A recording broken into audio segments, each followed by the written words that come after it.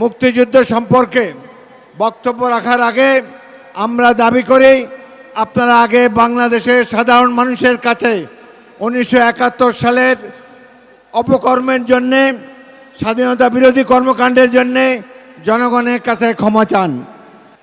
বেলপার্ক ময়দানের এই বিশাল জনসভা একটি বার্তা দিচ্ছে বাংলাদেশের জনগণকে, সাধারণ মানুষকে। আগামী 12 ফেব্রুয়ারি তারিখে নির্বাচনে ইনশাআল্লাহ বাংলাদেশ জাতীয়তাবাদী দল জনাব তারেক রহমানের নেতৃত্বে ইনশাআল্লাহ রাষ্ট্র পরিচালনার দায়িত্ব পাবে। একটি রাজনৈতিক দল যারা অতীতে আমাদের মিত্র ছিল, তারা বিএনপির বিরুদ্ধে নানা ধরনের মিথ্যা অভিযোগ দিচ্ছে। বিএনপির জনপ্রিয়তাকে হ্রাস করার জন্যে পরিকল্পিতভাবে মিথ্যার মেশাদি গড়ে চলছে। এটি বাংলাদেশের মানুষের কাছে গ্রহণযোগ্য নয়। আমি আমাদের বর্তমানে সমালোচনা করছেন যারা, সেই 71-এর স্বাধীনতা বিরোধী দলটিকে বলতে চাই, আমাদের কারো প্রতি কোনো বিদ্বেষ নাই।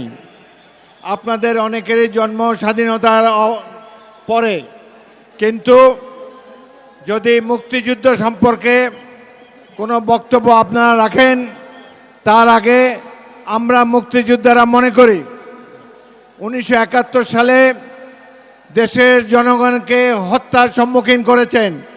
বিশ্ববিদ্যালয় শিক্ষকদেরকে 14 ডিসেম্বর তারিখে হত্যা করেছেন। স্বাধীনতা যুদ্ধে সারা দেশবাসী ঐক্যবদ্ধভাবে স্বাধীনতা সংগ্রামে অংশগ্রহণ করেছে। সেই দিন আপনারা পাক বাহিনীর দোসর হিসাবে জনগণের কাছ থেকে কেবল গুনিয়ে কুড়িয়েছেন।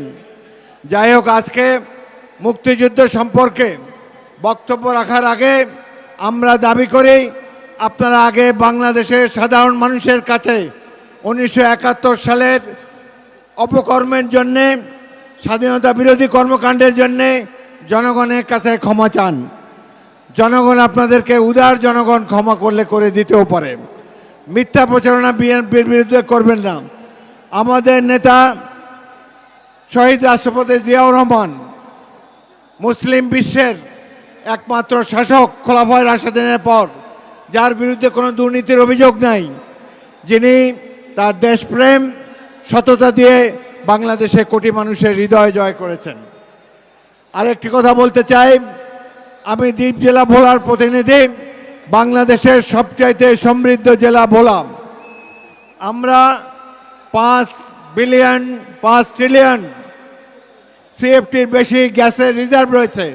ভোলাকে এই গ্যাস ব্যবহার করে আমরা আরও সমৃদ্ধ করতে চাই। বাংলাদেশের জনগণের কল্যাণে আমরা গ্যাস উপহার দিয়ে ভোলাকে বাইরের দুনিয়ার সাথে, মূল ভূখণ্ডের সাথে একটি সেতুর মাধ্যমে যোগাযোগ করা প্রয়োজন বলে আমরা মনে করি।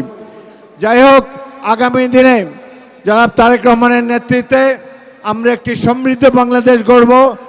যেই স্বপ্ন ধারণ করে আমরা মুক্তিযুদ্ধ করেছি, যেই স্বপ্ন ধারণ করে শহীদ রাষ্ট্রপতি জিয়াউর রহমান স্বাধীনতার ঘোষণা দিয়েছেন, আমরা সবাই মিলে বিএনপি এই স্বপ্নকে বাস্তবায়ন করতে চাই। সমৃদ্ধ গণতান্ত্রিক বাংলাদেশ দেখতে চাই। সবাইকে অসংখ্য ধন্যবাদ। আল্লাহ হাফেজ। বাংলাদেশ জিন্দাবাদ। বিএনপি জিন্দাবাদ।